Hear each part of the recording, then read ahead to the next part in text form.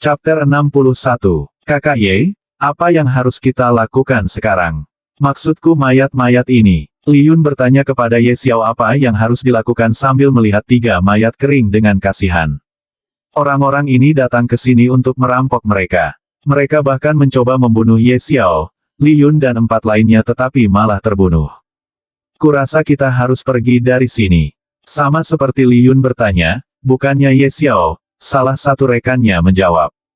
Ye Xiao juga melihat sekelilingnya dan berkata, aku juga berpikir bahwa saat ini, meninggalkan tempat ini adalah pilihan yang tepat.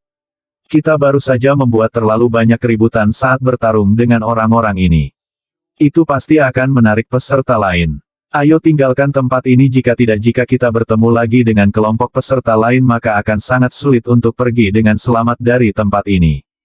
Setelah mengatakan ini, kelompok Ye Xiao dan Li Yun buru-buru meninggalkan tempat itu dan tiba di tempat yang dikelilingi oleh banyak pohon panjang dan pendek. Setelah tiba di sana, seolah-olah Ye Xiao mengingat sesuatu. Dia menatap Li Yun. Li Yun, yang masih sangat lemah karena luka berat tiba-tiba merasakan hawa dingin di punggungnya.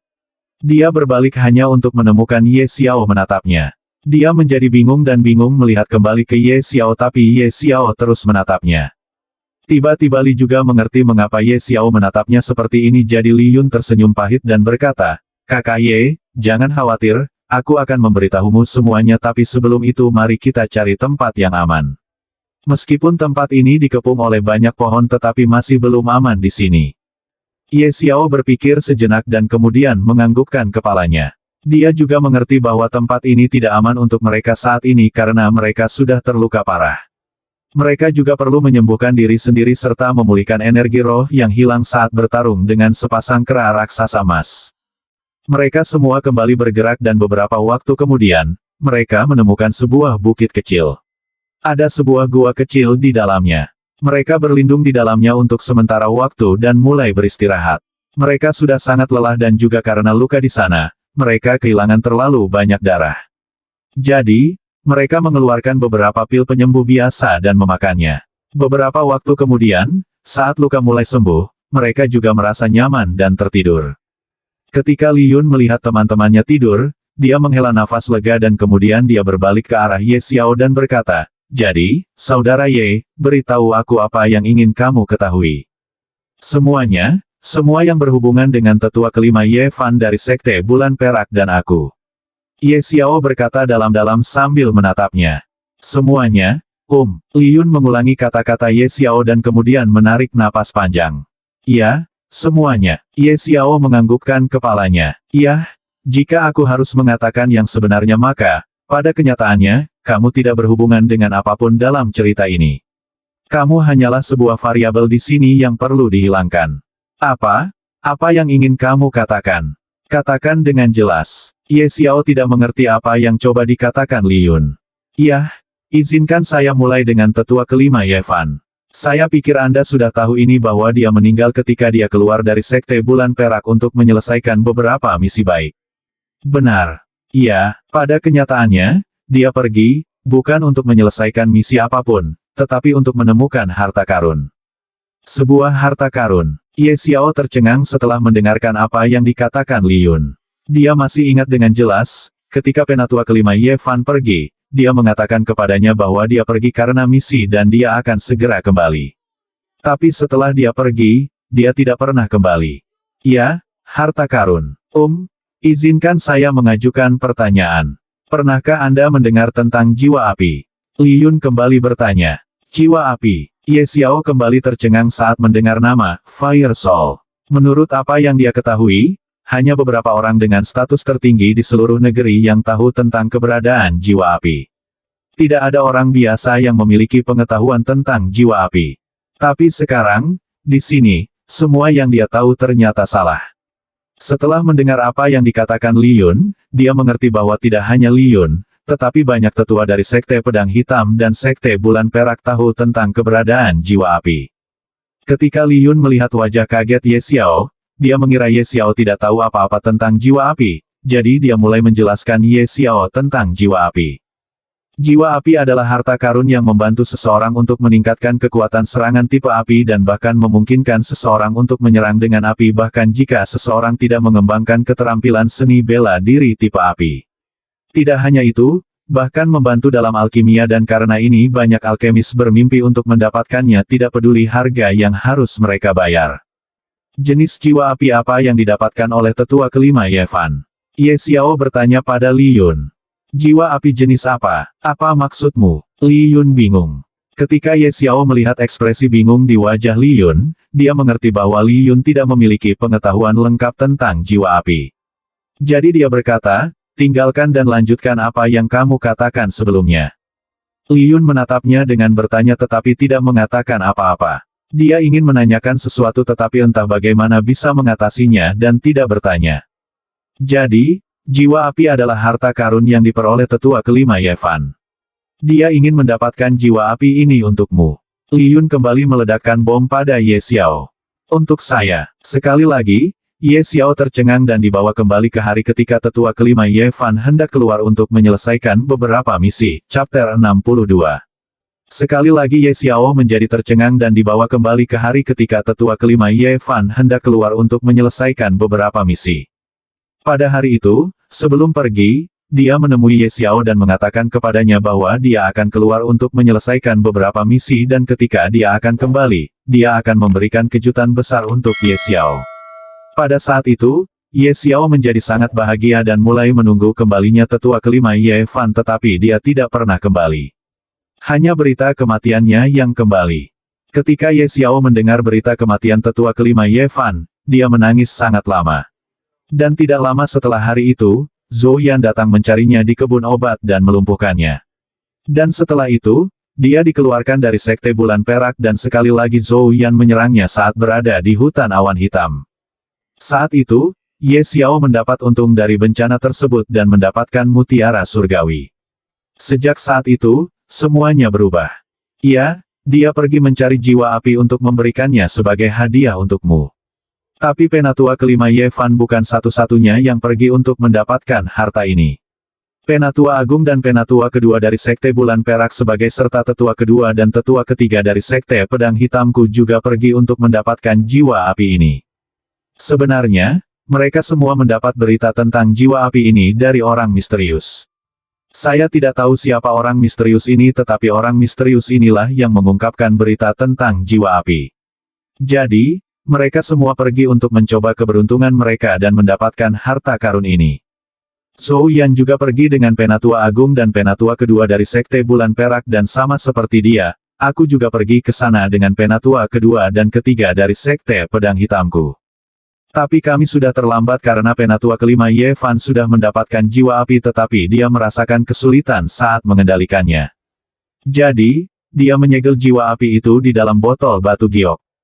Melihat ini, penatua agung dan penatua kedua dari sekte bulan perak dan penatua kedua dan ketiga dari sekte pedang hitamku bergandengan tangan dan mengelilinginya bersama. Mereka memintanya untuk menyerah pada jiwa api tetapi penatua kelima Ye Fan tidak menyerah.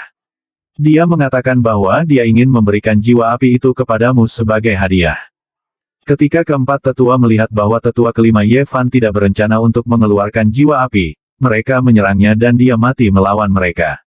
Dan lagi, setelah kematian tetua kelima Ye Fan, keempat tetua mulai bertarung di antara mereka sendiri. Terakhir, tetua agung dari sekte bulan perak memenangkan pertarungan dan mendapatkan jiwa api. Tapi dia tidak menjaga api jiwa untuk dirinya sendiri tetapi memberikannya kepada muridnya Zhou Yan sebagai hadiah membantunya untuk bergabung dengannya. Ketika Zhou Yan menyelesaikan proses penggabungan dengan jiwa api itu, dia sudah menjadi seniman bela diri dari alam kondensasi Qi. Sejak tetua kelima dari sekte bulan perak meninggal karena mereka, Zhou Yan menyarankan semua orang untuk membunuhmu agar aman dari masalah di masa depan.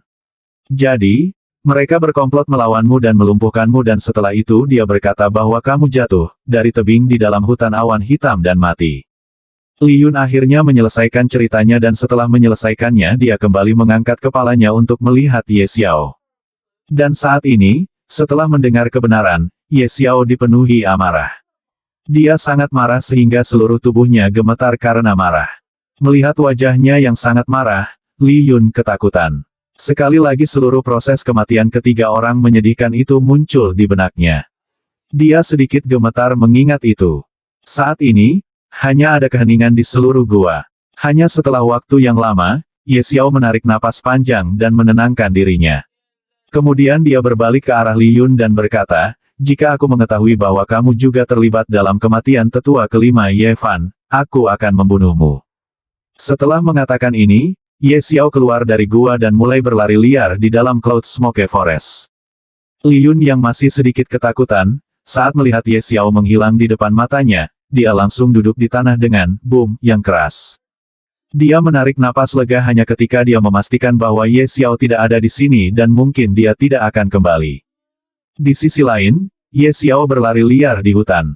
Dia terus berlari hingga mencapai lapisan kabut tebal. Hanya ketika dia melihat lapisan kabut tebal di depannya, dia kembali sadar. Dia mencoba menenangkan dirinya tetapi bahkan sekarang, dia gagal mengendalikan emosinya. Dia kemudian duduk berlutut, melihat ke arah langit dan berteriak keras sambil merentangkan kedua tangannya. "Aoh!" Teriakan ini sangat keras sehingga makhluk biasa di dalam hutan Cloud Smoke, yang mendengar teriakan ini menjadi ketakutan. Burung mulai terbang di langit dari pepohonan. Bahkan beberapa binatang ajaib peringkat satu ketakutan dan mereka mulai berlari dengan fanatik ke segala arah. Beberapa waktu kemudian, Ye Xiao berhasil menenangkan dirinya lagi. Dia kemudian melihat ke arah tertentu lalu dia mengepalkan tinjunya, menggertakkan giginya dan berkata, Grand Elder, Second Elder dan Zhou Yan, kalian semua hanya menunggu balas dendamku. Suatu hari, aku pasti akan kembali dan hari itu akan tiba, jadilah hari terakhir hidupmu. Tetua kedua dan ketiga dari Sekte Pedang Hitam, bersiaplah untuk balas dendamku. Hari kematianmu tidak lama lagi. Kalian semua tunggu saja. Chapter 63. Di dalam Cloud Smoke Forest, semua peserta mencoba yang terbaik untuk berburu semakin banyak binatang ajaib peringkat 2. Banyak peserta yang mengalami luka berat bahkan ada yang meninggal dunia. Beberapa mati saat bertarung dengan binatang ajaib dan beberapa mati di tangan peserta lain.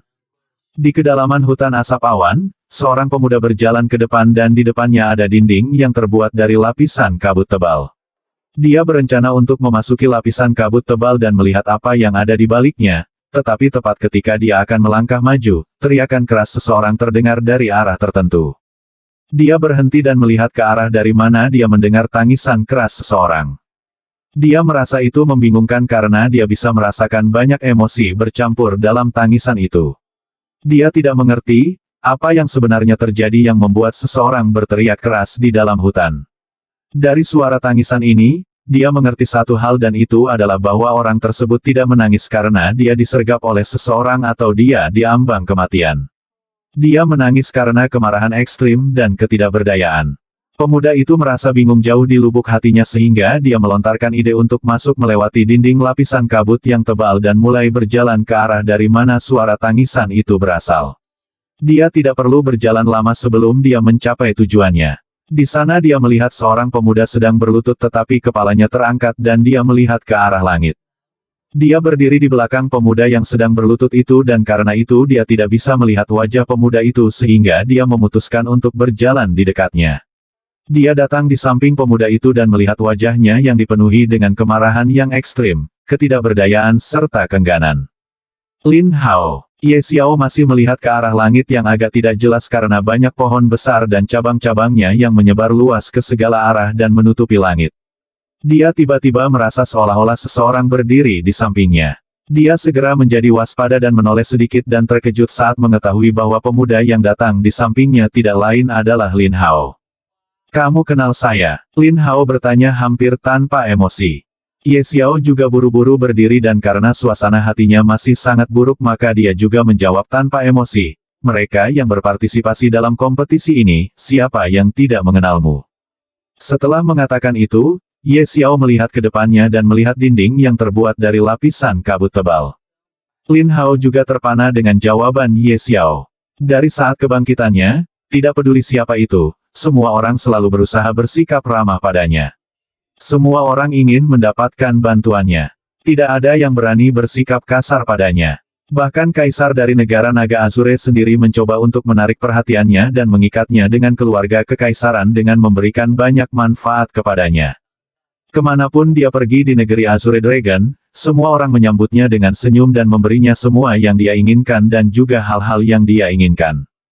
Dia bahkan berpikir bahwa tidak ada seorang pun di seluruh negara naga Azure yang akan bersikap kasar padanya mencoba menyinggung perasaannya.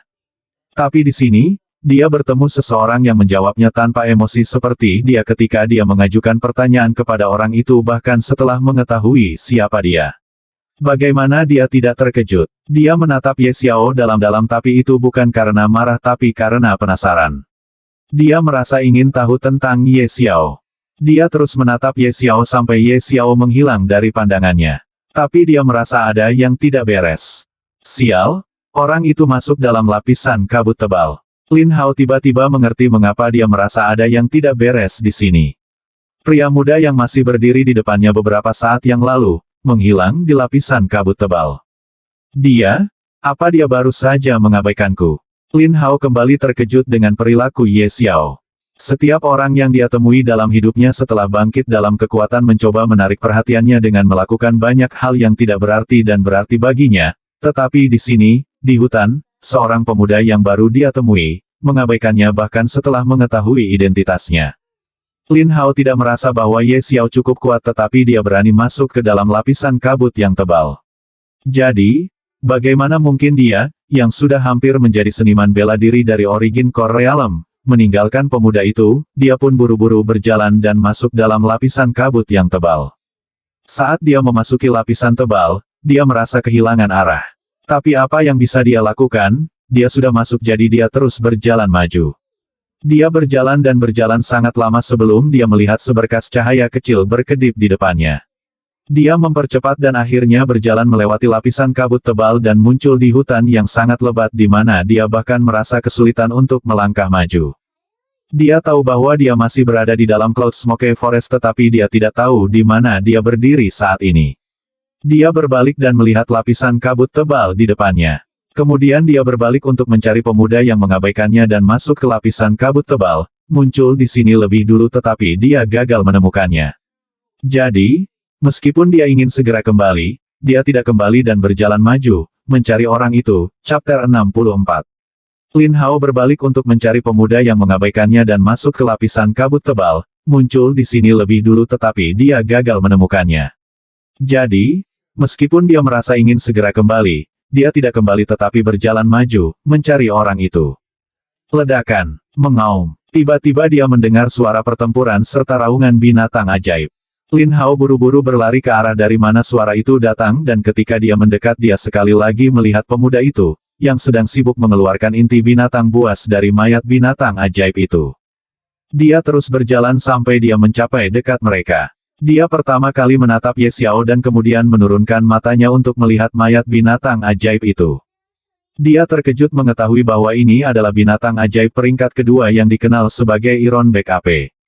Kera punggung besi dikenal karena pertahanan mereka. Karakteristik terbesar dari Iron Back Apes adalah punggungnya yang seperti besi dan kekuatan pertahanannya yang sangat kuat. Dan karena itu, seniman bela diri Ki Condensation Realm biasanya menghindari kera punggung besi karena sangat sulit untuk memburu kera ini. Dan inilah yang lebih mengejutkan Lin Hao karena dia melihat bahwa tidak ada luka lain pada mayat kera punggung besi kecuali kepalanya. Dan juga di kepalanya, hanya ada satu luka seperti tertusuk sesuatu. Pada saat ini Lin Hao juga mengerti bahwa pemuda di depannya bukanlah orang biasa. Dia kembali menatap Ye Xiao dengan hati-hati dari atas ke bawah. Dia juga merasa bingung atas suatu hal. Dan masalahnya adalah dia tidak mengerti persis apa yang menjadi alasan untuk membuat orang seperti Ye Xiao menangis seperti itu. Mengapa kamu di sini? Ye Xiao juga memandang Lin Hao dan terkejut melihatnya di sini. Ketika dia masuk ke dinding yang terdiri dari lapisan kabut tebal, dia berpikir bahwa Lin Hao tidak akan berani masuk ke sini tetapi kenyataannya justru sebaliknya. Lin Hao tidak hanya berani masuk, dia bahkan menemukannya. Oh aku di sini untuk mencarimu. Kata Lin Hao dan sekali lagi dengan nada tanpa emosi. Untukku. Kenapa? Ye Xiao juga penasaran mengapa Lin Hao mencarinya. Tidak ada yang penting. Hanya saja di dalam hutan aku mendengar teriakan keras seseorang dan ketika aku berjalan ke arah itu, aku menemukan itu adalah kamu. Dan kemudian kamu masuk ke sini jadi aku juga mengikutimu. Pada saat ini, Di wajah Lin Hao yang tanpa emosi, senyum kecil muncul. Ye Xiao lagi heran setelah mengetahui alasan di balik penampilan Lin Hao. Jadi begitu. Ye Xiao mengangguk dan tidak banyak bicara. Kamu sudah mengenalku tapi meski begitu mari kita mulai dari awal. Aku Lin Hao dan kamu. Lin Hao kembali bertanya dengan menangkupkan tangannya.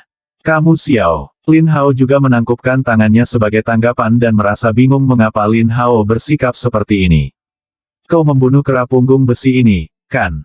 Lin Hao memandangi mayat kera dan bertanya. Ya kenapa? Mungkin kamu tidak tahu. Jadi izinkan saya memberitahu Anda bahwa kera punggung besi tidak pernah keluar sendirian. Mereka selalu membentuk kelompok untuk menjelajah di hutan dan biasanya, pemimpin kelompok mereka selalu kera punggung besi peringkat ketiga. Anda membunuh kera punggung besi di sini, itu berarti pasti akan ada sekelompok Ironback di dekat kita. Dan karena raungan terakhir kera Ironback ini, mereka akan segera datang ke sini. Jadi, alangkah baiknya jika segera meninggalkan tempat ini jika tidak maka akan menjadi bencana bagi kita. Lin Hao menjelaskan. Oh, apakah ada yang seperti ini? Ye Xiao tertangkap basah di sini. Dia tidak tahu tentang ini. Mengaum, mengaum, mengaum. Tiba-tiba banyak raungan kera punggung besi bergema di hutan. Dan tepat pada saat itu, suara banyak pohon berguling bergema. Ini sudah terlambat. Cepat, lari. Ye Xiao dan Lin Hao berkata pada saat yang sama dan mereka mulai berlari lebih dalam di hutan untuk menghindari pertempuran dengan kelompok kera punggung besi. Tapi seperti yang dikatakan Ye Xiao, itu sudah terlambat. Banyak kera punggung besi mengepung mereka berdua dan meraung ke arah mereka.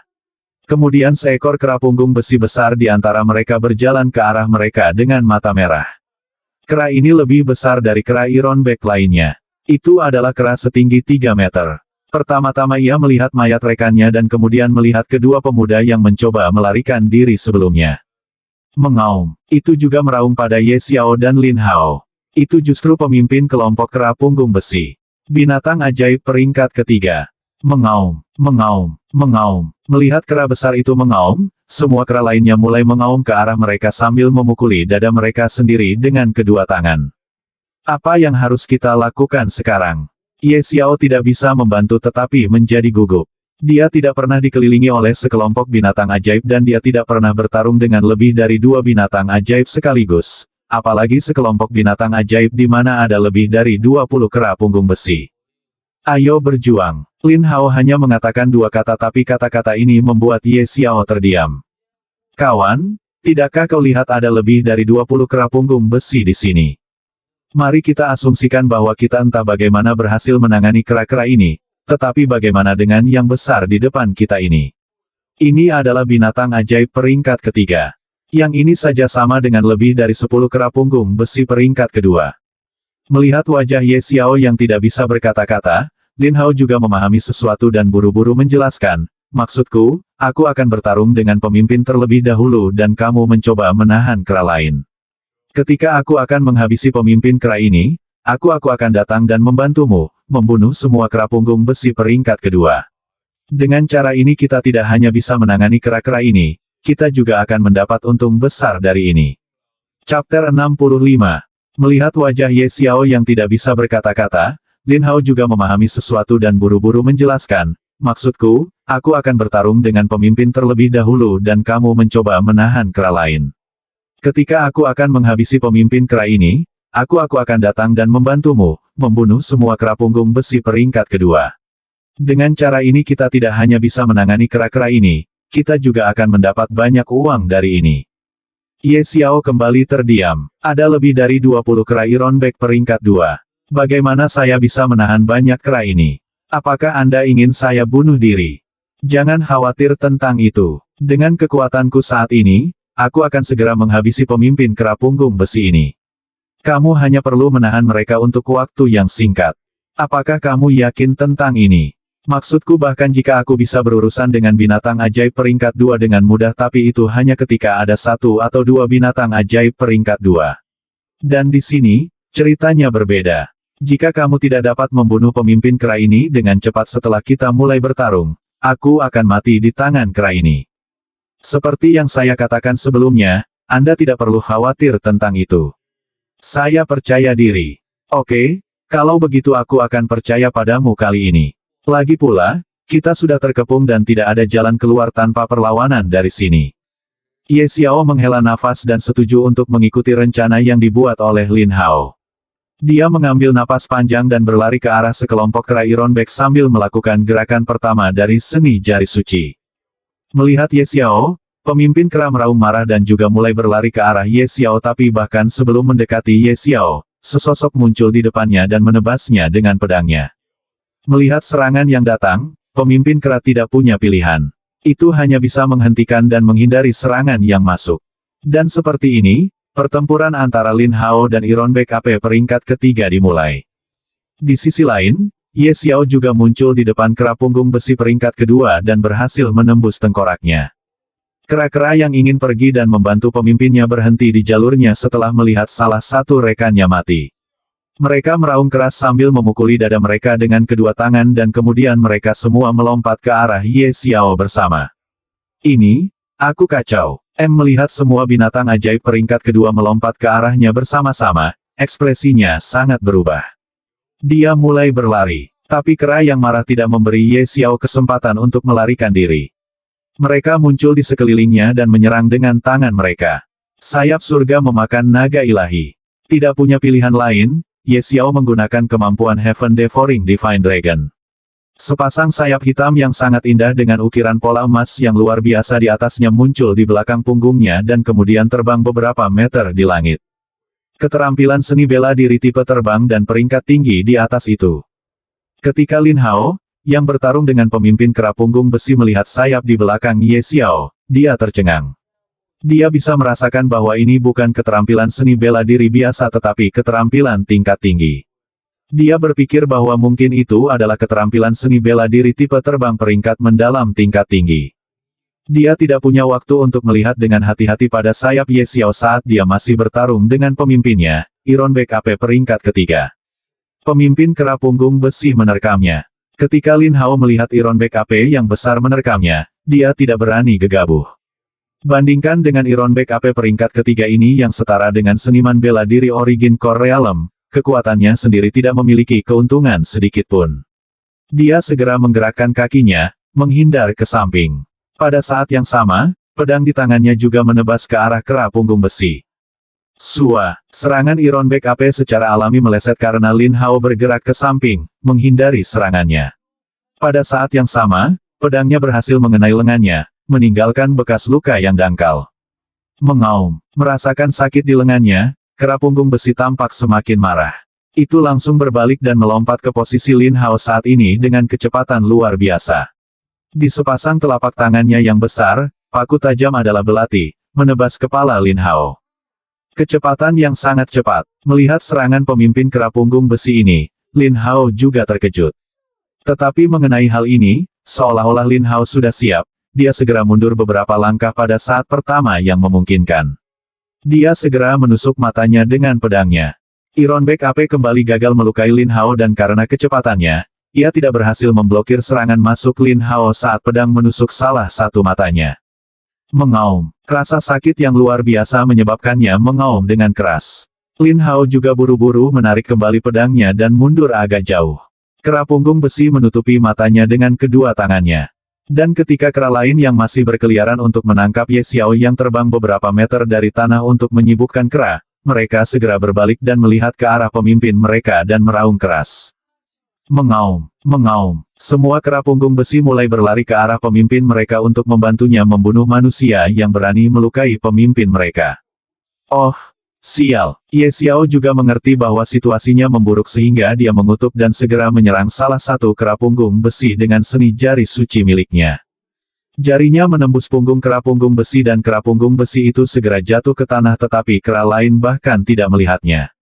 Mereka masih bergerak menuju pemimpin mereka. Chapter 66. Lin Hao juga melihat situasi ini. Dia menggelengkan kepalanya tanpa daya dan berkata, sepertinya aku harus menggunakan gerakan itu. Dia mengayunkan pedangnya dan membawanya lebih dekat ke dadanya dan membelainya dengan tangan satunya. Tiba-tiba pedangnya menyala dengan cahaya merah yang kuat. Pada saat itu, seolah-olah seluruh tubuh Lin Hao berubah menjadi cahaya pedang raksasa, bergegas menuju pemimpin Ironbeck AP. Pedang pembunuh iblis, membunuh iblis dalam satu tebasan. Lin Hao berteriak keras. Cahaya pedang memiliki kekuatan yang menakutkan dan tajam, menebas kera punggung besi peringkat ketiga. Kera punggung besi juga merasakan kekuatan mengerikan datang ke arahnya. Ia ingin menghindar dan melarikan diri tetapi sudah terlambat dua. Itu tidak bisa melarikan diri. Itu langsung dipotong menjadi dua bagian dari pinggangnya. Mengaum. Itu mengeluarkan raungan terakhirnya yang dipenuhi dengan keengganan dan kebencian dan kemudian menutup matanya untuk selamanya. Fiuh. Lin Hao juga menghela nafas panjang. Ketika Ye Xiao melihat ini, dia tercengang di jalurnya. Dia tidak bisa tidak memuji Lin Hao. Jadi, ini adalah kekuatan dari teknik seni bela diri peringkat bumi kelas rendah. Ini benar-benar berada pada level yang berbeda dari seni jari suciku yang hanya merupakan keterampilan seni bela diri peringkat mendalam kelas tinggi. Mengaum, mengaum, mengaum. Ketika pemimpin kera punggung besi meninggal, semua kera punggung besi, yang berlari ke arah pemimpin mereka untuk membantunya, membeku di jalurnya. Dan ketika mereka sadar kembali, mereka menjadi sangat marah dan meraung pada Lin Hao. Mereka mempercepat langkah mereka, menyerang Lin Hao. Untuk apa kau mempertahankan mereka? Cepat dan bunuh kera punggung besi sebanyak yang kau bisa. Lin Hao berteriak keras pada Ye Xiao ketika dia melihatnya berdiri dan memandangnya seperti orang bodoh dan kemudian dia bergegas menuju kera punggung besi yang akan datang. Ye Xiao juga sadar kembali ketika dia mendengar Lin Hao dan terbang menuju kera punggung besi. Belakang dan depan, dari kedua sisi, Lin Hao dan Ye Xiao memulai pembantaian mereka. Kera punggung besi terutama mencoba untuk menyerang Lin Hao jadi Ye Xiao mengambil kesempatan ini dan mulai membunuh kera punggung besi dengan setiap serangannya. Di sisi lain, Lin Hao juga menebas setiap kera punggung besi yang datang menyerangnya, membunuh mereka dalam satu serangan. Tidak lama kemudian, semua kera punggung besi peringkat kedua dibunuh oleh mereka berdua. Setelah membunuh semua kera punggung besi, mereka mengambil inti binatang buas dari mereka dan membagi setengahnya di antara mereka sendiri. Hanya inti binatang dari Ironbeck AP peringkat ketiga yang tersisa. Lin Hao dan Ye Xiao sama-sama melihatnya lalu mengangkat kepala untuk saling memandang. Lin Hao hendak berbicara ketika dia mendengar Ye Xiao berkata, kamu adalah orang yang membunuh pemimpin sehingga kamu mempertahankan inti binatangnya. Lin Hao terkejut setelah mendengarkan Ye Xiao. Dia tahu nilai dari inti monster peringkat ketiga. Dia bahkan dapat menukarnya dengan banyak ramuan obat tanpa usaha apapun. Dia dapat dengan jelas merasakan bahwa Ye Xiao mengucapkan kata-kata itu tanpa ragu-ragu. Jika itu pria lain, bahkan jika mereka menyuruh Lin Hao untuk menyimpannya karena nama dan statusnya, keserakahan pasti akan terlihat dari mata mereka. Tapi dia tidak merasakan apapun dari Ye Xiao. Seolah-olah Ye Xiao tidak peduli tentang itu. Iya, ini juga benar. Ye Xiao benar-benar tidak peduli tentang itu. Dia sudah lebih kaya dari banyak klan yang berkembang di negara Naga Azure. Hanya 5 sekte besar dan keluarga kekaisaran yang bisa dibandingkan dengannya dalam hal kekayaan. Dan itu tidak seperti inti monster peringkat ketiga akan dihitung untuk putaran kompetisi ini. Lin Hao tidak mengatakan apa-apa dan menyimpan inti binatang dari kera punggung besi peringkat ketiga. Setelah semuanya selesai, mereka berdua duduk di tanah untuk beristirahat. Lin Hao tiba-tiba mengangkat kepalanya dan berkata, kamu terlalu kuat untuk seorang seniman bela diri di tahap kelima dari alam kondensasi Qi. Sama denganmu, Ye Xiao menjawab dan berkata, sebelum aku bertemu denganmu, kupikir dengan kekuatanku saat ini, tidak akan terlalu sulit bagiku untuk memenangkan kompetisi. Tapi sekarang, aku tahu aku salah. Sepertinya aku tidak bisa meremehkan siapapun di sini. Dengan kekuatanmu, kamu sudah bisa mendapatkan tempat di 10 besar atau mungkin di 3 besar. Lin Hao berkata, dia juga memikirkan sayap Ye Xiao yang sangat indah saat ini. Kamu juga memiliki ilmu bela diri tipe terbang yang sangat langka. Selama pertarungan, jika kamu terbang di langit dan kemudian menyerang lawanmu, mereka tidak akan bisa bertahan lama dan pasti akan kalah. Lin Hao menambahkan, saya tidak pernah berpikir untuk menggunakan keterampilan saya ini untuk bertarung dalam kompetisi.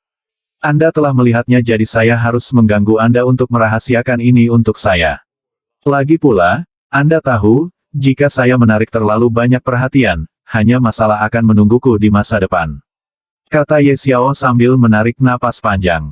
Dia sudah memikirkannya. Dia tidak akan menggunakan sayap dari Heaven Devouring Divine Dragon selama putaran kedua kompetisi. Lin Hao menatapnya dalam-dalam dan menganggukkan kepalanya, jangan khawatir. Jika kamu tidak ingin ada yang tahu tentang keterampilan seni bela diri ini maka aku tidak akan mengungkapkannya. Siapapun, yang telah melihat sayap naga ilahi pemakan surga, atau akan melihatnya di masa depan, semua hanya akan berpikir bahwa ini adalah keterampilan seni bela diri tipe terbang.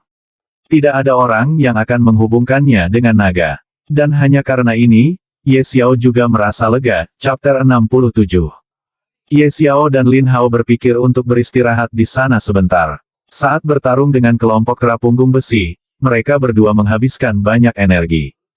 Lin Hao duduk di bawah pohon, menutup matanya sementara Ye Xiao juga duduk agak jauh darinya. Ye Xiao menoleh dan menatap mayat pemimpin kera punggung besi. Mereka berdiri dan berjalan ke arahnya lalu meletakkan tangannya di atas mayatnya. Melahap, Ye Xiao tiba-tiba merasakan banyak energi mengalir di tubuhnya. Dia diam-diam mengedarkan lapisan pertama dari teknik sirkulasi universal 9 naga. Kultivasinya sekali lagi mulai meningkat dan berhenti setelah mencapai tahap kelima akhir dari alam kondensasi Qi dari tahap kelima awal dari alam kondensasi Qi. Dia benar-benar merasa diberkati saat ini. Teknik sirkulasi universal 9 naga benar-benar teknik yang menentang surga. Tidak hanya membiarkan Ye Xiao membentuk 9 naga di lautan kesadarannya, itu juga membiarkan Ye Xiao menggunakan semua kemampuan naga sesuai keinginannya. Setelah membentuk Heaven Devouring Divine Dragon di dalam lautan kesadarannya, Ye Xiao mampu menggunakan kemampuannya. Dia menggunakan kemampuan melahap naga ilahi pemakan surga berkali-kali dan mendapatkan banyak. Tetapi yang paling penting adalah tidak peduli berapa banyak dia melahap dan meningkatkan kultivasinya dalam waktu singkat, tidak ada kekurangannya. Fondasinya tidak akan pernah melemah. Ya, itu hal lain jika dia ingin lebih mengkonsolidasikan dan memperkuat fondasinya. Dia bisa melakukannya. Terserah dia. Apa yang sedang kamu lakukan? Melihat bahwa Ye Xiao sedang melihat mayat pemimpin kera punggung besi, Lin Hao merasa bingung. Untuk apa orang ini melihat mayat kera? Dia tidak bisa tidak bertanya. Tidak apa-apa. Ye Xiao berbalik dan kembali ke tempat dia duduk sebelumnya dan duduk lagi di sana. Dia telah melahap energi roh yang tersisa dari mayat kera punggung besi peringkat ketiga. Tidak ada lagi yang tersisa baginya untuk melakukan apapun. Jadi, dia hanya duduk di sana dengan malas. Sebelumnya, dia telah berburu dan membunuh banyak binatang magis peringkat 2 tetapi dia tidak memilih untuk melahapnya karena meskipun dia melahapnya, itu tidak akan membuat perbedaan. Seolah-olah seseorang menambahkan setetes air ke dalam sumur. Hanya dengan melahap binatang ajaib atau makhluk lain yang kekuatannya jauh melebihi dia akan membantunya meningkatkan kekuatannya dengan selisih pendek atau besar. Hanya ada 3 hari tersisa sebelum putaran pertama kompetisi berakhir. Ye Xiao berkata dengan ringan dan ketika Lin Hao mendengarnya, dia sedikit menganggukkan kepalanya. Apakah kamu akan kembali? Lin Hao bertanya. Tidak, saya pikir saya akan berburu di sini selama 2 hari lagi dan kemudian saya akan kembali. Ye Xiao menggelengkan kepalanya dan berkata. Iya, kupikir aku akan melakukan hal yang sama. Di sini, ada jauh lebih banyak magical beast peringkat kedua daripada di luar dinding kabut. Iya, memang benar di sini lebih berbahaya daripada di luar, tapi tidak apa-apa. Lin Hao menganggukkan kepalanya. Aku akan mencari lebih banyak binatang ajaib peringkat 2. Apakah kamu ikut denganku? Ye Xiao bertanya. Tidak, aku akan berburu sendiri. Mari bertemu di putaran kedua kompetisi. Lin Hao tersenyum. Oh, baiklah kalau begitu, aku pergi sekarang. Oke. Setelah mengucapkan selamat tinggal, Ye Xiao kembali mulai mencari dan membunuh binatang ajaib peringkat kedua.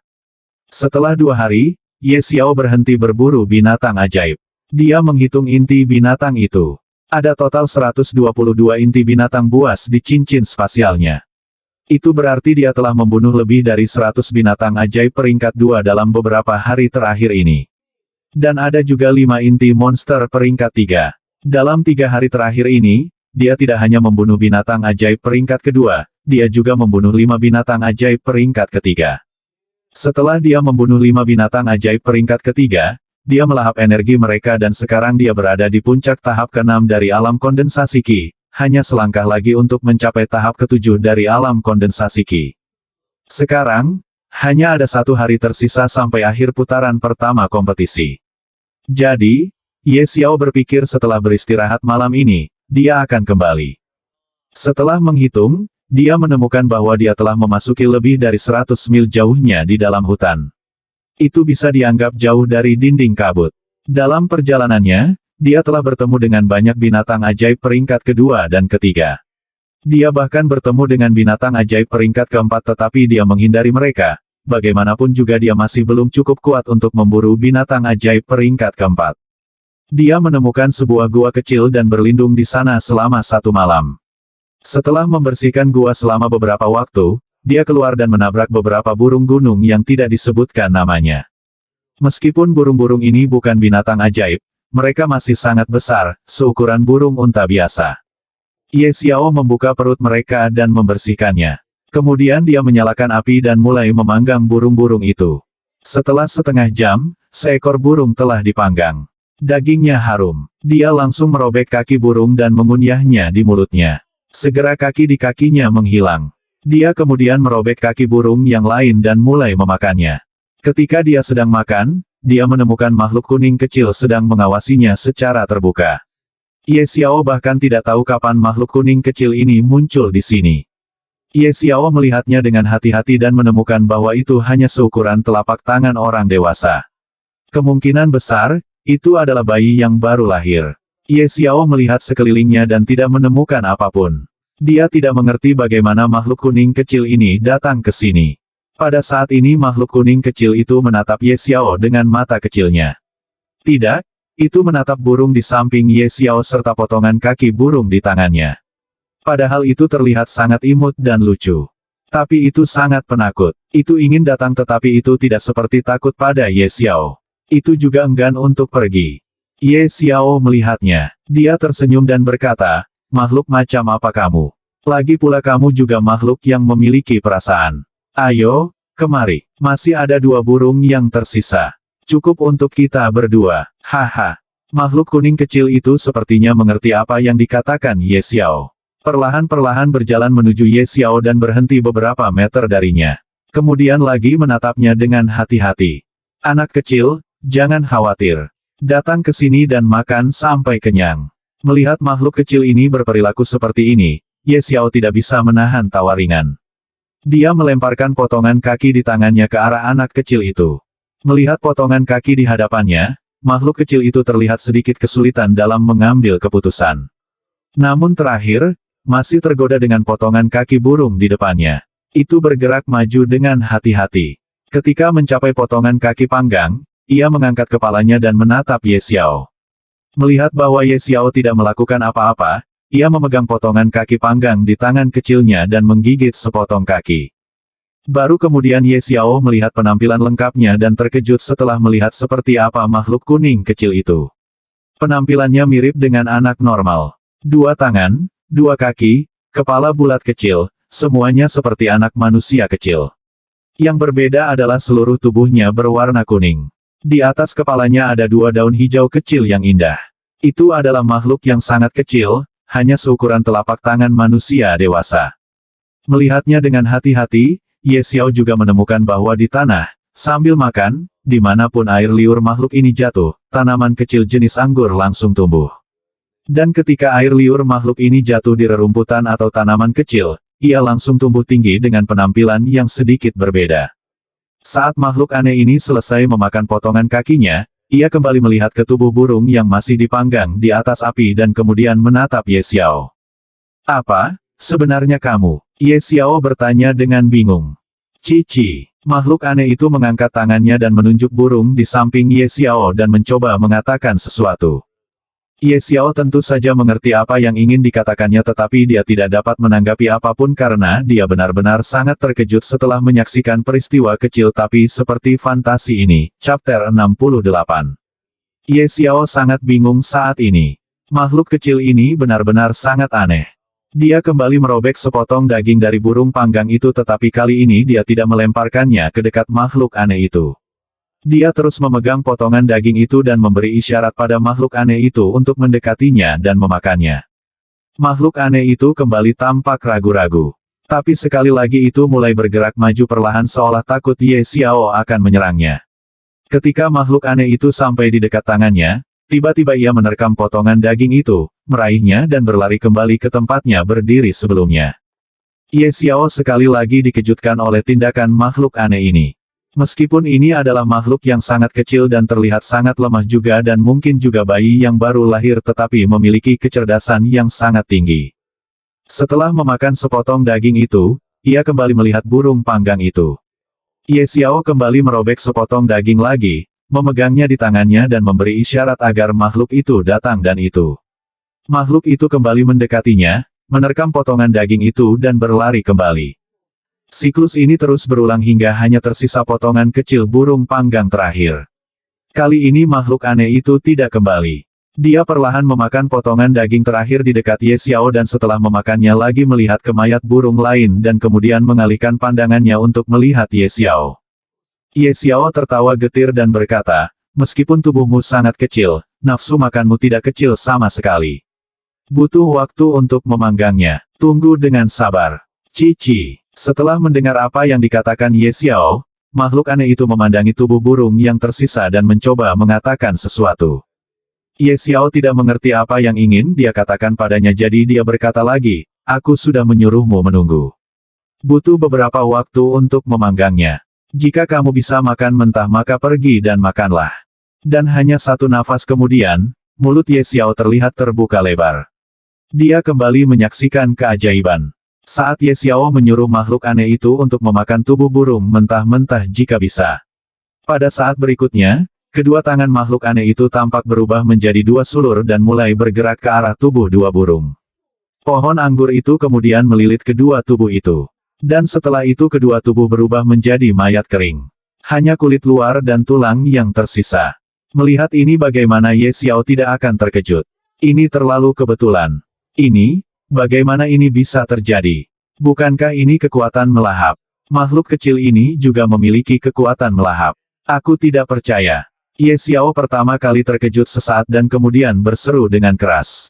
Dia kembali melihat makhluk aneh itu dan tidak menemukan perubahan di dalamnya. Dia menghela nafas sedikit dan sekali lagi seolah memikirkan sesuatu. Matanya bersinar terang saat dia melihat makhluk aneh itu. Anak kecil, apakah mau mengikutiku? Ikutlah denganku. Kamu akan makan dan melahap sebanyak yang kamu mau. Ye Xiao memikirkan apa yang akan terjadi jika makhluk ini juga melahap banyak makhluk dan makhluk kuat lainnya.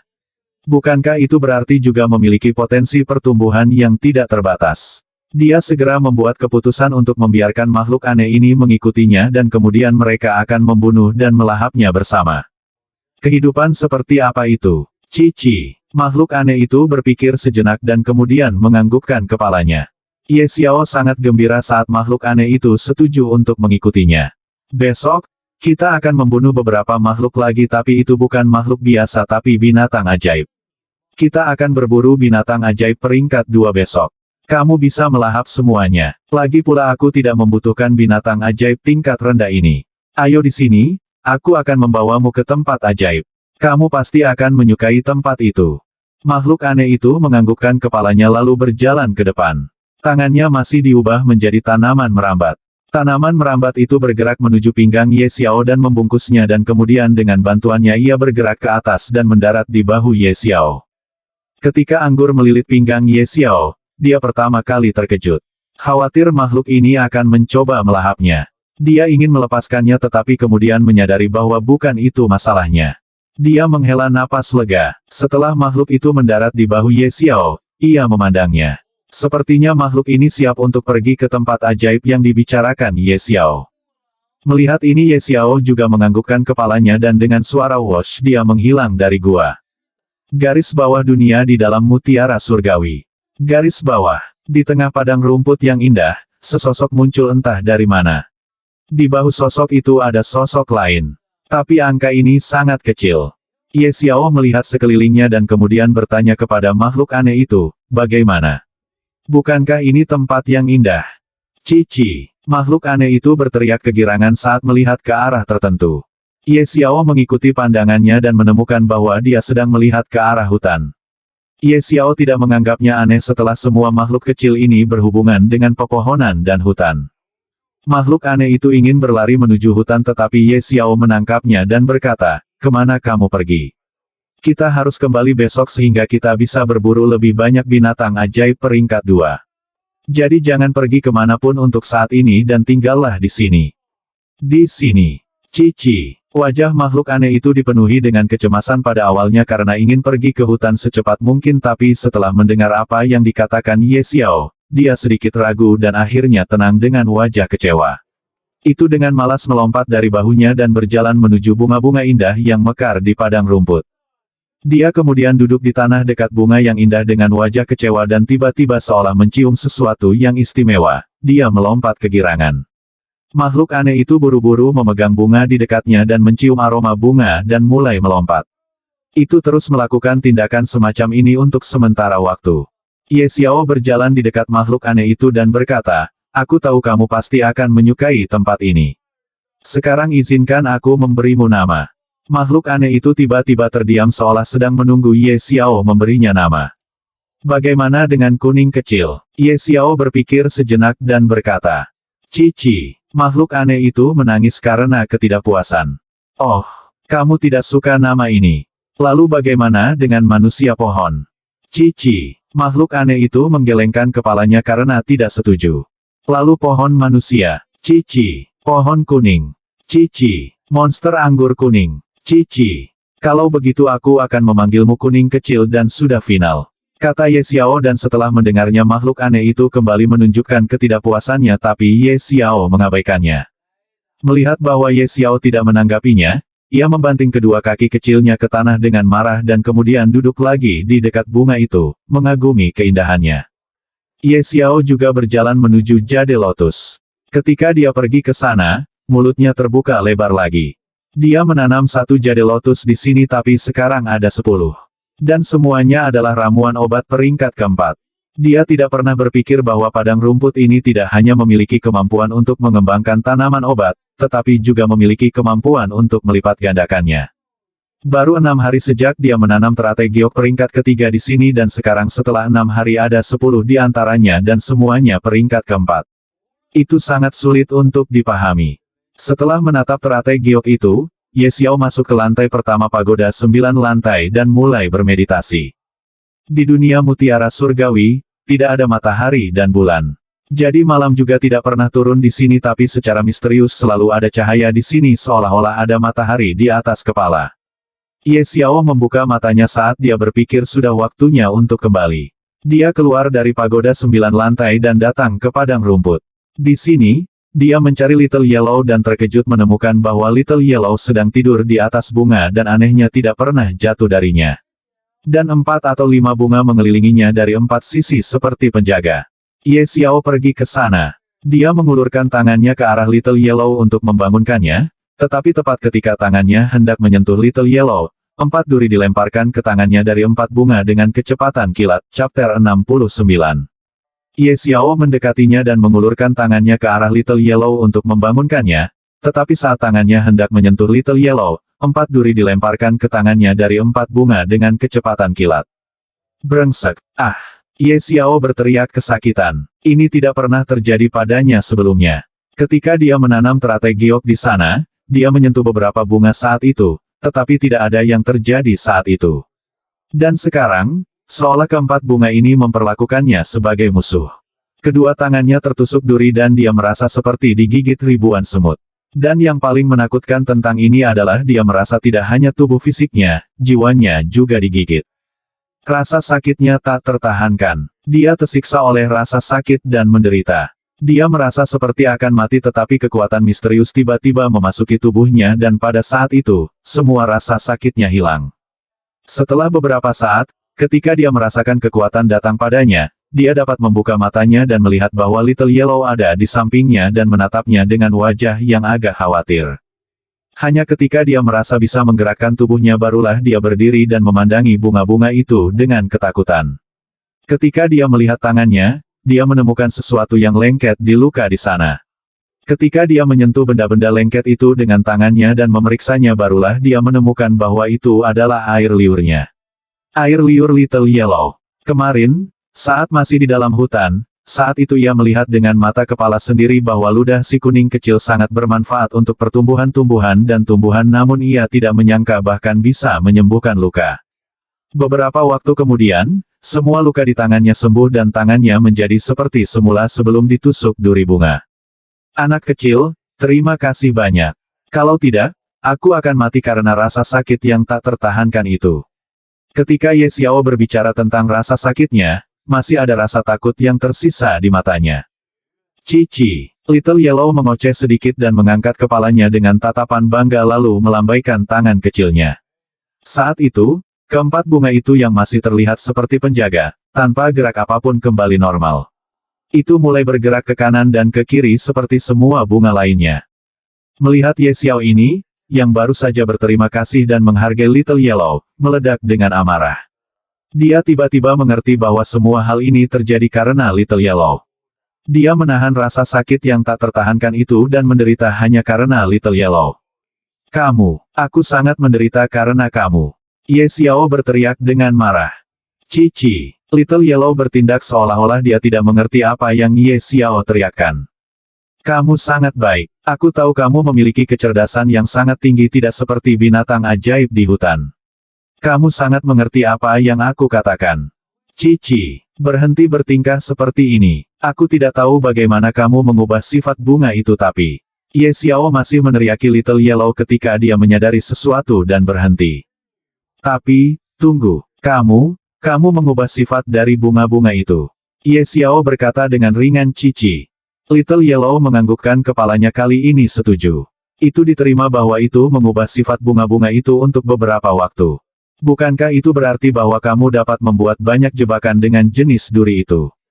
Jika benar-benar seperti ini, kita tidak hanya dapat berburu binatang ajaib peringkat 2 dengan mudah, kita bahkan dapat berburu binatang ajaib peringkat ketiga dan keempat. Di saat itu, setelah melahapnya, kultivasi saya akan meningkat entah berapa kali lipat. Hahaha. Ye Xiao segera mulai membayangkan banyak hal dan mulai tertawa seperti orang gila. Cici, Little Yellow menarik kain Ye Xiao dan menggelengkan kepalanya. Apa yang ingin kamu katakan? Ye Xiao memandang Little Yellow tapi dia tidak mengerti apa yang ingin dikatakannya jadi dia bertanya lagi. Kuning kecil, setelah melihat bahwa Ye Xiao tidak memahaminya, itu menunjuk ke arah bunga dan kemudian menunjuk ke tangannya dan kemudian menganggukkan kepalanya dan kemudian menggelengkan kepalanya lagi. Apa yang kamu katakan? Katakan dengan jelas. Ye Xiao masih tidak mengerti apa yang Little Yellow coba katakan sehingga dia merasa kesal. Melihat reaksi dari Ye Xiao ini, Little Yellow juga merasa sedikit marah. Tangannya langsung berubah menjadi tanaman merambat tetapi kali ini, bagian atas tanaman merambat itu seperti duri, ia bangkit dan menusuk ke tangan Ye Xiao. Apa yang kamu lakukan? Ye Xiao berteriak kesakitan. Tetapi sekali lagi dia merasa seolah-olah ada sesuatu yang mencoba mengomunikasikannya. Ketika Ye Xiao dengan hati-hati berkonsentrasi dan mencoba mendengarkan, dia merasakan pemikiran yang tidak jelas di benaknya. Dia terkejut menemukan bahwa pemikiran yang tidak jelas ini adalah milik Little Yellow. Dia melihat si kuning kecil yang sedang menatapnya dan sekali lagi mencoba untuk berkonsentrasi mendengarkan apa yang coba dikatakan oleh si kuning kecil. Aku, bunga, perangkap, duri, iya, lain, tidak, hanya, duri, di sini, khusus, berbeda. Ye Xiao terkejut saat mengetahui bahwa dengan menusuk sulur di tangannya, Little Yellow dapat berkomunikasi dengannya dalam bahasa manusia. Saya tidak tahu jenis makhluk apa Little Yellow tetapi itu benar-benar makhluk yang sangat menakjubkan dan misterius. Dia mendengarkannya selama 10 atau 12 napas waktu dan akhirnya menyimpulkan sesuatu darinya. Jadi kamu mencoba untuk memberitahuku bahwa kamu hanya dapat membuat jenis jebakan ini di sini, dari bunga-bunga ini karena mereka spesial dan berbeda dari benda lainnya. Dan kamu tidak dapat membuat benda semacam ini di luar dari tanaman dan bunga biasa. Kamu hanya dapat mengubah sifat mereka sedikit. Kata Ye Xiao setelah memahaminya dari apa yang Little Yellow coba katakan padanya. Cici, Little Yellow mengangguk dan mengkonfirmasi kata-kata Ye Xiao. Oh, jadi seperti ini. Ye Xiao merasa sedikit kecewa tapi sekali lagi dia merasa senang karena dia mendapatkan pengikut yang misterius. Lupakan saja, ayo pergi. Hari ini adalah hari terakhir dari putaran pertama kompetisi dan kita berada jauh dari pinggiran Cloud Smoke Forest. Pertama-tama kita akan bergegas keluar dan jika kita menemukan binatang ajaib yang bisa kita buru, kami akan membunuh mereka dan kamu bisa melahap mereka. Oke, kata Ye Xiao dan menatap Little Yellow. Cici. Little Yellow menganggukkan kepalanya dan sekali lagi melompat ke bahunya dengan bantuan tangan sulur. Ye Xiao kemudian pergi dari dunia di dalam mutiara surgawi dan muncul lagi di gua kecil. Kemudian dia bergegas menuju bagian luar Cloud Smoke Forest dengan kecepatan penuhnya. Di jalannya, setiap kali dia bertemu binatang ajaib peringkat kedua, dia akan membunuh mereka. Kemudian dia akan mengeluarkan inti binatang buas dari tubuh binatang ajaib dan menyimpannya dan membiarkan Little Yellow menyerapnya dan setiap kali dia bertemu dengan binatang ajaib peringkat ketiga atau di atas, dia akan selalu menghindarinya. Karena aura binatang magis yang lebih kuat, tidak ada makhluk biasa dan binatang ajaib tingkat pertama di sini. Ketika hari sudah menjelang malam, dia akhirnya melewati dinding kabut dan sekali lagi bergegas menuju keluar hutan. Ledakan. Saat hendak keluar dari hutan Cloud Smoke, dia mendengar ledakan keras dari arah tertentu. Ye Xiao berhenti di jalurnya dan setelah ragu-ragu untuk beberapa saat, dia memutuskan untuk mencarinya dan berlari ke arah itu. Dalam perjalanannya ke sana, dia bertemu dengan banyak peserta lain termasuk Chen Xiang, Su Qing, Feng Lin, Lu Li dan banyak peserta lainnya tetapi dia tidak melihat Lin Hao. Semua peserta lain juga melihatnya tetapi mereka mengabaikannya dan melanjutkan perjalanan ke arah dari mana suara ledakan itu berasal. Hanya Chen Xiang, setelah melihat Ye Xiao, menatapnya dengan kebencian di matanya. Ketika mereka sampai di tempat ledakan, dia melihat bahwa radius sekitar 50 meter, semuanya hancur. Baik itu pohon, rerumputan, atau binatang ajaib apapun, tidak ada apapun di sana. Hanya dua sosok yang hadir dan saling bertarung di langit. Lihat mereka terbang di udara. Mereka adalah ahli martial King Realm. Tidak, mereka adalah ahli alam kaisar bela diri. Bagaimana Anda tahu? Lihatlah kekuatan pertempuran mereka yang mengerikan. Semuanya hancur di sini. Saya pernah melihat pertarungan antara dua ahli realm martial King puncak tetapi mereka tidak sekuat mereka berdua. Jelas mereka adalah kultivator di atas realm martial King. Apa artinya itu? Artinya, itu berarti mereka adalah ahli alam kaisar bela diri. Oh, jadi begitu. Iya, tapi kenapa mereka berkelahi? Kamu bertanya padaku, siapa yang akan aku tanyakan? Bagaimana aku tahu mengapa bertarung? Peserta yang hadir di sana mulai membicarakan tentang dua ahli yang sedang bertarung, chapter 70.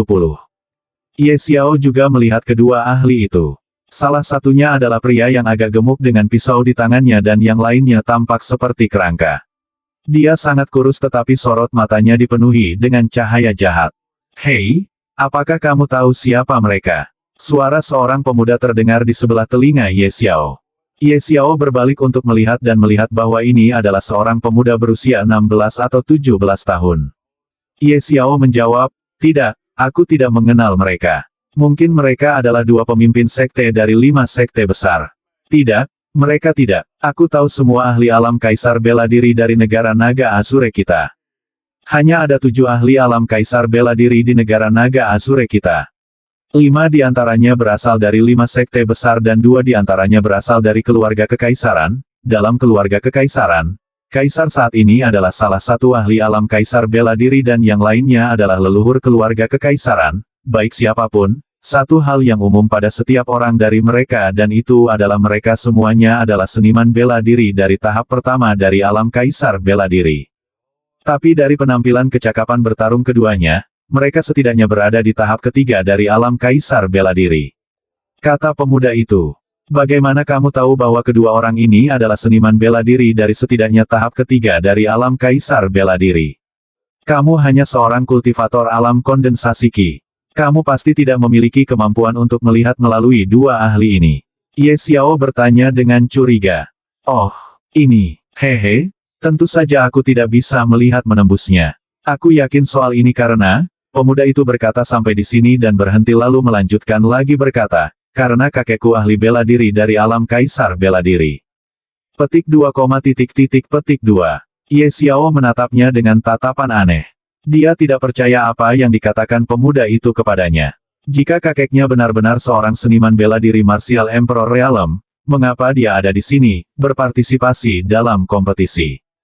Heh, kau tidak percaya padaku kan? Pemuda itu juga melihat ekspresi aneh Ye Xiao dan tertawa, biar ku beritahu, ketua sekte dari sekte langit yang mendalam adalah kakekku. Namaku Wen Xiang. Sangat sedikit orang yang mengenalku, lagi pula tidak semua orang pernah melihatnya sekalipun. Kamu adalah orang yang beruntung. Kamu mengenalku, Wen Xiang. Haha, Wen Xiang tertawa dengan ekspresi bangga. Jika kamu benar-benar seperti yang kamu katakan padaku, lalu mengapa kamu ada di sini, ambil bagian dalam kompetisi ini? Ye Xiao menatapnya dengan curiga. Hehe, saya menyelinap keluar dari sekte. Saya jarang keluar dari sekte. Ayah dan kakek saya tidak pernah membiarkan saya keluar. Mereka selalu mengatakan kepada saya bahwa ketika saya setidaknya menjadi seniman bela diri Origin Core Realm. Hanya dengan begitu mereka akan beri aku izin untuk keluar. Jadi kamu menyelinap keluar dari sana hanya karena itu. Hehe, aku hanya ingin bersenang-senang. Siapa sangka kita akan bertemu dengan dua ahli alam kaisar bela diri ini di sini. Iya itu benar, di langit, dua ahli alam kaisar bela diri bertarung dengan sangat intens. Gelombang kejut yang keluar saat mereka bertarung seperti kapal perusak yang menghancurkan segalanya di hadapan mereka. Zhang Qing, apakah kamu benar-benar ingin bertarung denganku sampai mati? Jika ini terus berlanjut, kita berdua akan mati di sini. Bosi, sudah kukatakan sebelumnya, berikan benda itu padaku dan aku akan berhenti berkelahi jika tidak hari ini, bahkan jika aku mati di sini, aku akan menjatuhkanmu bersamaku. Kamu gila, jadi bagaimana jika aku? Dua sosok yang bertarung satu sama lain berbicara sambil bertarung di mana setiap orang mengetahui siapa mereka. Nama pria gendut itu adalah Zhang Qing dan nama pria kerangka itu adalah Bosi. Mereka bertarung begitu intens karena semacam harta. Zhang Qing menebas dengan pedangnya ke arah pria kerangka, Bosi. Bosi mengelak ke samping dan menyerang dengan telapak tangannya. Telapak tangan itu bertabrakan dengan bahu Zhang Qing dan suara retak keluar dari sana. Bahunya terkilir dan retakan juga muncul. Zhang Qing terlempar ke belakang tetapi saat dia terlempar ke belakang oleh serangan telapak tangan, dia juga menebas lagi. Mata Bosi berkedip ketakutan. Dia buru-buru mengelak lagi tapi tebasan itu pun mendarat di jarinya dan dua jarinya tertebas. Ah, tunggu. Aku akan memberimu barang itu. Tapi kamu harus memberiku setengahnya. Bosi berteriak keras. Dia takut jika ini terus berlanjut, dia akan mati di sini tanpa kuburan. Zhang Qing yang terlempar ke belakang hendak mendekati Bosi dan menebas lagi tetapi pada saat itu, dia mendengar Bosi. Dia berhenti dan berkata, benda itu adalah sesuatu yang saya pertaruhkan dengan hidup saya untuk mendapatkannya. Anda adalah orang yang mencurinya dari saya. Saya tidak akan memberi Anda bahkan sebagian kecil pun. Entah kamu memberiku setengahnya atau mari kita benar-benar bertarung sampai mati. Aku tidak takut. Ayo, datanglah padaku. Bosi juga berteriak marah dan dia kembali siap untuk bertarung.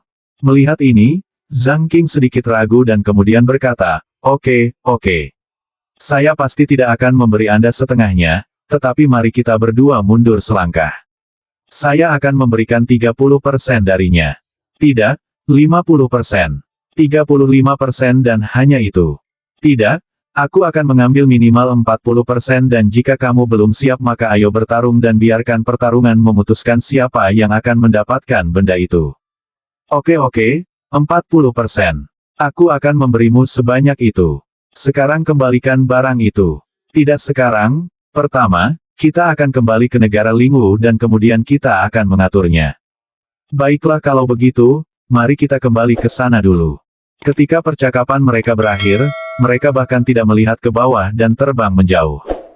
Negeri Lingwu. Ye Xiao terkejut mengetahui bahwa kaisar bela diri itu bukan berasal dari negara Azure Dragon. Mereka berasal dari negara lain yang dikenal sebagai negara Lingwu. Kamu tidak tahu, negara Lingwu adalah salah satu negara terbesar yang berada di bawah kekaisaran Grensia. Negara naga Azure kami adalah salah satu negara terkecil di kekaisaran Grensia, kata Wen Xiang. Bagaimana kamu tahu tentang kekaisaran Xia yang agung? Ye Xiao bertanya. Sejauh yang dia tahu, dari surat yang ditinggalkan oleh ahli realem kaisar bela diri puncak pertama dari negara naga Azure, Mu Chen bahwa tidak ada seorang pun di Kabupaten Azure Dragon yang tahu tentang keberadaan kekaisaran Grensia.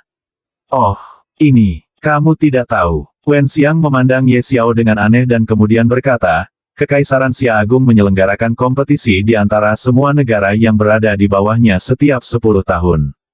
Dan juara serta 10 besar bisa mendapatkan kualifikasi untuk memasuki perbendaharaan kerajaan dan memilih satu hal dari sana. Jadi begitu. Ye Xiao mengangguk mengerti. Apakah kamu tahu berapa lama sampai kompetisi berikutnya diselenggarakan oleh Kekaisaran Grensia? Tidak lama. Akan diadakan lagi 2 tahun lagi. Jawab Wen Xiang. Ye Xiao mengangguk dan melihat peserta lain yang meninggalkan tempat ini. Pertarungan telah berakhir dan semua orang akan kembali. Kak, aku juga pergi. Mari kita bertemu lagi di masa depan.